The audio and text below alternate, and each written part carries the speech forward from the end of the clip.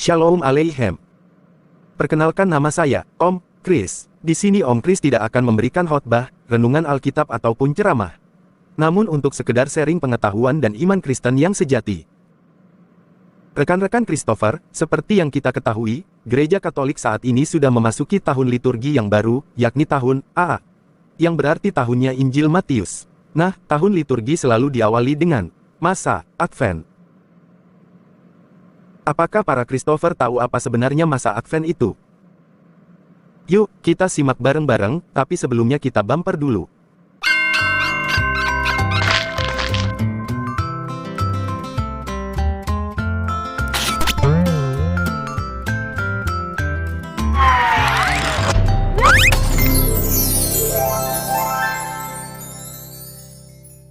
Tahukah Anda, pada masa sekarang ini masa Advent ternyata tidak hanya diperingati oleh Gereja Katolik saja. Di Indonesia sendiri juga ada beberapa denominasi Kristen yang mulai mengadopsi dan merayakan. Meskipun begitu, mereka punya cara-cara, intensi, dan juga periode waktu yang berbeda-beda. Menurut sejarah, peringatan Advent sudah ada sejak abad keempat, yakni saat gereja mulai tenang dari penganiayaan pemerintah Romawi waktu itu. Tradisi ini mulai berkembang pesat pada abad ke-6. Kemudian semakin menyebar seiring berjalannya waktu, sehingga akhirnya pada abad ke-9, masa Advent masuk menjadi masa pembuka dalam lingkaran tahun liturgi Gereja Katolik Roma. Kata Advent sendiri berasal dari bahasa Latin Adventus, yang berarti kedatangan. Jadi dalam masa Advent kita diajak kembali mempersiapkan kedatangan Sang Mesias yakni Yesus Kristus. Nah, mungkin banyak di antara Christopher belum tahu, bahwa pada masa Advent itu sebenarnya gereja mengingatkan kita tentang dua makna kedatangan Sang Mesias. Yang pertama adalah menantikan kedatangan awal Yesus Kristus yang lahir di Bethlehem, yakni pada saat Firman menjadi manusia, atau biasa disebut misteri inkarnasi. Namun yang sering dilupakan adalah makna yang kedua, yakni kita diingatkan untuk tetap terus berjaga-jaga dan semakin berpengharapan menantikan kedatangan Sang Mesias yang kedua kalinya, yaitu pada saat akhir zaman nanti. Itulah sebabnya, bacaan kitab suci pada masa Advent tidak hanya berfokus tentang nubuat kedatangan Mesias dan kelahiran Putra Tunggal Allah saja, tetapi juga tentang pertobatan dan penghakiman terakhir. Apa sih yang beda pada masa ini? Masa Advent yang kita peringati saat ini dimulai dari 4 hari Minggu sebelum hari Natal. Secara simbolis gereja biasanya menyiapkan korona Advent untuk diberkati, lalu lilin Advent dinyalakan satu persatu setiap minggunya. Selama masa Advent, Gloria atau kemuliaan ditiadakan. Tapi Mada Aleluya tetap ada. Gloria baru dikumandangkan lagi nanti pada saat malam Natal. Boleh gak sih, kita mendengarkan lagu-lagu Natal pada masa Advent? Hal ini Om Chris kembalikan pada diri Christopher masing-masing. Namun jika kita perhatikan, warna liturgi masa Advent didominasi warna ungu yang berarti adalah masa pertobatan, yang kita harapkan pertobatan kita akan menjadi sempurna nantinya pada saat Natal. Sementara, lagu-lagu Natal biasanya bernuansa meriah, sehingga kemungkinan besar akan mengganggu penghayatan tobat kita. Namun tetap harus memperhatikan situasi. Sedangkan jika sekarang kita masuk ke pusat perbelanjaan dimanapun pasti sudah bernuansa Natal, termasuk musiknya. Atau kita memang harus berlatih koor ataupun menyanyi untuk acara Natal, tentunya hal ini tidak dapat dihindari. Maka untuk menjawab boleh atau tidak, yang utama adalah substansi bagaimana sikap batin kita mampu setia dalam suasana tobat, untuk semakin mencapai kesempurnaan, dalam menyambut Sang Mesias. Apakah masa Advent ada dalam Alkitab? Jelas tidak ada. Namun, masa Advent sebenarnya memiliki dasar yang kuat dalam Alkitab. Bahkan Kristus sendiri mengajarkan kita untuk bersiap-siap dan selalu berjaga-jaga menyambut kedatangannya. Om Chris kali ini tidak akan membacanya untuk menyingkat durasi. Tapi di sini Om Chris tampilkan beberapa nomor ayat, agar Christopher sekalian bisa membacanya sendiri dalam kitab suci.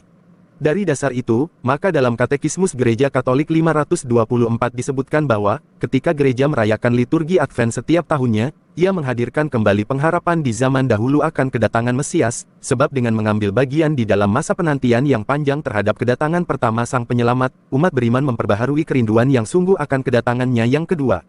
Dengan merayakan kelahiran Sang Perintis Yohanes Pembaptis dan kematiannya, gereja mempersatukan kehendaknya. Ia harus makin besar, tetapi aku harus makin kecil. Lalu apa gunanya kita memperingati masa Advent? Dari penjelasan sebelumnya, kita mengetahui bahwa melalui masa Advent, maka, umat beriman turut ambil bagian dalam penantian, pertobatan, sukacita, dan pengharapan dalam menyambut kedatangan Sang Juru Selamat kita. Bahkan sikap rohani yang selalu berjaga-jaga ini merupakan suatu keharusan bagi kita, seperti yang diserukan oleh Yohanes Pembaptis dan terutama juga oleh Kristus sendiri. Apa sih yang harus kita lakukan pada masa Advent? Umat beriman wajib senantiasa menyiapkan hati menyambut kedatangan Kristus dalam hati kita masing-masing. Ketika kita akan menerima tamu, saudara, atau orang penting di rumah kita, tentu kita akan mempersiapkan semuanya. Bersih-bersih, menata ulang, membereskan semua yang tidak sedap dipandang, bahkan mungkin sampai mengecat ulang dinding rumah kita bila waktu memungkinkan. Maka untuk menerima agar Kristus Sang Raja semesta alam sudi bersemayam di hati kita, tentu kita harus memberi penghormatan yang lebih dahsyat bukan? Kita membersihkan hati kita dari iri dengki, kesombongan, kerakusan duniawi, dan dosa-dosa lainnya. Bertobat dalam kesederhanaan, kurangi pesta pora, belajar bersikap lebih adil, berbagi kasih dengan sesama ciptaan, perdalam dan perkuat iman kita untuk terus tumbuh dan berpengharapan pada Kristus. Lebih mengarahkan hati kita kepada hal-hal rohani daripada keduniawian, karena memang Kristus menghendaki kita untuk selalu berjaga-jaga. Bagaimana konkretnya? Jangan malas menghadiri Ekaristi, terutama pada hari Minggu, karena Ekaristi merupakan santapan rohani yang paling sempurna. Bagi Christopher yang merasa mampu, paroki kita juga selalu mengadakan bakti sosial Natal untuk dibagikan pada saudara kita yang kekurangan. Sebagai sarana untuk berbagi kasih, silahkan memberikan donasi semampunya. Paroki kita biasanya juga ada penerimaan sakramen tobat menjelang Natal, silahkan melakukan pengakuan dosa bila memang sudah saatnya. Sikap pertobatan boleh kita hayati dengan cara berpuasa, terutama pada hari Jumat selama Advent. Ikuti kegiatan-kegiatan pendalaman iman di dalam kelompok masing-masing, entah dalam keluarga, lingkungan, wilayah, ataupun secara kategorial di paroki. Oh, ya, lingkungan kita juga akan mengadakan sarasehan Advent loh. Christopher pada datang loh ya. Tanggal 7 Desember jam 7 malam. Di kediaman Bapak Ketua Lingkungan. Selain itu, Om Chris ingin berbagi buat para Christopher yang ingin membuat Corona Advent di rumah, misalnya untuk melakukan ibadat Advent keluarga, atau sekedar dipakai untuk hiasan yang dapat mengingatkan kita, sekaligus juga dapat kita jadikan sebagai sarana pengetahuan iman anak-anak kita mengenai makna Advent. Namun perlu Om Chris sampaikan, bahwa Corona dan lilin Advent ini hanya sekedar tradisi yang baik untuk diikuti, karena dapat menguatkan iman kita. Tetapi sebenarnya tidak ada aturan yang mengikat dari gereja, sehingga Christopher tidak perlu takut salah dalam membuatnya. Oke, sekarang mari kita ketahui lebih detail mengenai arti simbolis Corona Advent. Corona bisa diartikan sebagai mahkota, seperti virus COVID-19 yang termasuk jenis virus corona, karena bentuknya memang seperti memiliki mahkota. Corona Advent harus dibuat melingkar sebagai simbol kehidupan kekal berkelanjutan, tidak berujung, tidak berawal dan tidak berakhir. Ya kalau bentuknya bulan sabit atau kotak, ya namanya bukan corona dong. Dibuat dengan rangkaian dedaunan cemara. Daun cemara dipilih karena tahan terus bertumbuh segar sepanjang tahun, segala musim. Jangankan musim durian atau musim bola begini, bahkan musim salju yang mematikan pun, daun cemara ini tetap menolak untuk gugur. Hal ini menyimbolkan iman pengharapan kita yang harus tetap teguh dalam menghadapi berbagai cobaan. Kemudian kita siapkan 1 lilin putih, 3 lilin warna ungu dan 1 batang lilin merah muda. Sebaiknya jangan pakai lilin yang elektrik. Terus yang merah muda ini gak perlu dipikirkan mudanya maksimal berapa tahun ya. Yang penting merah muda. Atur 3 lilin ungu dan 1 merah muda, dengan posisi juga melingkar di atas corona. Bagaimana jika diganti lilin putih semua? Boleh saja, sekali lagi saya sampaikan bahwa ini tidak mengikat. Tapi jika memang terpaksa pakai lilin putih, ada baiknya salah 1 lilin itu diberi ornamen kain, pita atau sesuatu warna merah muda, sedangkan 3 lainnya ornamen warna ungu. Karena warna-warna tersebut memang disesuaikan dengan warna liturgi dari 4 pekan Advent yang kita rayakan. Warna ungu dalam liturgi identik dengan pertobatan. Sedangkan 1 lilin merah muda ini melambangkan sukacita kita dalam penantian. Maka pada masa Advent ini seharusnya lebih didominasi oleh sikap pertobatan, mirip seperti masa Prapaskah. Pada minggu Advent pertama, warna liturginya ungu. Kita menyalakan 1 lilin ungu. Minggu ini biasanya disebut Minggu Harapan. Minggu Advent yang kedua, warna liturgi tetap ungu. Dinyalakan 2 lilin ungu, disebut Minggu Kesetiaan atau Cinta. Pada minggu yang ketiga ada yang istimewa, warna liturgi merah muda, maka kita nyalakan 3 lilin, yakni 2 lilin ungu tadi, ditambah 1 lilin merah muda. Minggu ini disebut Minggu Gaudete yang berarti sukacita. Hari Minggu terakhir menjelang Natal adalah Minggu Advent keempat, Minggu Damai, 4 lilin dinyalakan, yakni 3 lilin ungu dan 1 merah muda.